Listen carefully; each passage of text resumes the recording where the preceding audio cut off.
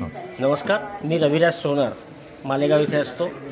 मालेगाव हे गाव असं आहे की याला कलीद ए खानदेश असं म्हणतात. खानदेशची पूर्वी राजधानी बऱ्हाणपूर होती. या खानदेशची सुरुवात या मालेगावपासून आहे.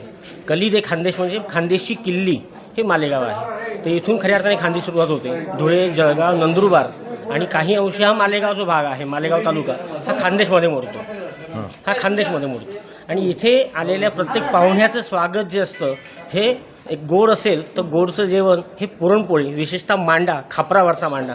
खापर म्हणजे एक आपली जी घागर असते, ती घागर उलटी पद्धतीने याच्यावर चुलीवर ठेवली जाते आणि त्याच्यावरती हाताने असं हे करून तर मांडा तयार केला जातो आणि तो मांड्याचं जेवण हे पाहुण्याला दिलं जातं. तर मांड्यासोबत मग त्या दिवशी खीर असेल, अगदी श्रीखंड किंवा काही गोड असेल ते, किंवा जर आंब्याचा सीझन असेल तर आंबे, अशा पद्धतीने ते असतं. आणि सोबत रस्सी भात म्हणून एक प्रकार आहे. विशेष म्हणजे रस्सी म्हणजे आपली साधी आमटी, काळी आमटी, आणि ती वाटीमध्ये घ्यायची आणि त्याच्यामध्येच भात टाकायचा असतो. मग सोबत तोंडी लावायला पापड, कुरडई, भजी हे सगळे असतात, लिंबू वगैरे सगळं असतं. आणि विशेष म्हणजे जर समजा पाहुणा नॉनव्हेजिटेरियन असेल, खवय्या त्या पद्धतीत असेल तर मग त्याला मटण किंवा चिकन त्याला असं केलं जातं. ही खानदेशी एक खास खाद्य संस्कृतीच म्हणावी लागेल. अशा पद्धतीने मध्ये तुम्ही संगमेश्वरबद्दल काही हो, इथे संगमेश्वर म्हणून एक भाग आहे. आता आपण दाभाडीत उभे आहोत. दाभाडीच्या पलीकडे, नदीच्या पलीकडे आपण इथे मालेगावपासून पश्चिमेला आपण दाभाडी म्हणून गाव आहे. मालेगावपासून 7 किलोमीटर अंतरावरती गाव आहे. आणि मालेगाव शहरामध्ये प्रवेश करताना महात्मा फुले पुतळा लागतो आणि महात्मा फुले पुतळ्यापासून दक्षिणेकडे जाताना संगमेश्वर हा भाग लागतो. त्या संगमेश्वर भागामध्ये घरोघर बहुतांशी ठिकाणी हा एक व्यवसायच आहे. आणि मांडे बनवणे, आणि मांडे बनवून काही लोकांनी म्हणजे माडीवर माड्या बांधलेल्या आहेत.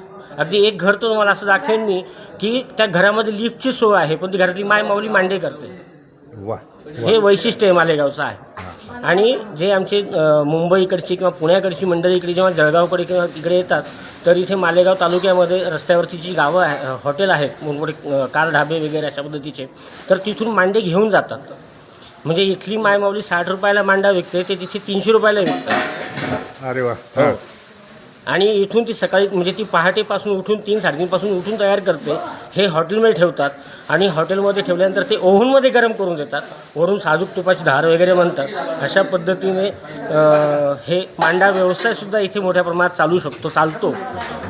म्हणजे एकेकाशी मांड्याची ही जी आपल्या घरची खाद्य संस्कृती होती ती बाजारात आली आणि ती व्यवसाय समुद्रापार गेली आहे. 7 समुद्रापार गेली आहे. अरे वा. हो, म्हणजे परदेशातही इथून पाठवली जाते. वा, फार सुंदर माहिती दिली. आणि हे मला वाक्य आवडलं, मांड्यावर माड्या बांधणारे लोक. हे होते रविराज सोनार. आपल्याकडे एक म्हण पण आहे, कोंड्याचा मांडा करणे. हो. म्हणजे जी सुगरणबाई असते ना, ती कोंड्याचा मांडा करते. ही म्हण या खानदेशपासून आलेली आहे. अरे वा वा वा. आणि ज्ञानेश्वरांच्या उभीमध्ये पण मांडा हा शब्द आलेला आहे. म्हणजे ताटी उघड्या ज्ञानेश्वर ही जेव्हा मुक्ताबाई म्हणते, तर मुक्ताबाईचे जे ताटीचे अभंग आहे त्याच्यामध्ये पण मांडाचा संदर्भ आहे. तो हा खानदेशचा संदर्भ आहे. वा, फार धन्यवाद.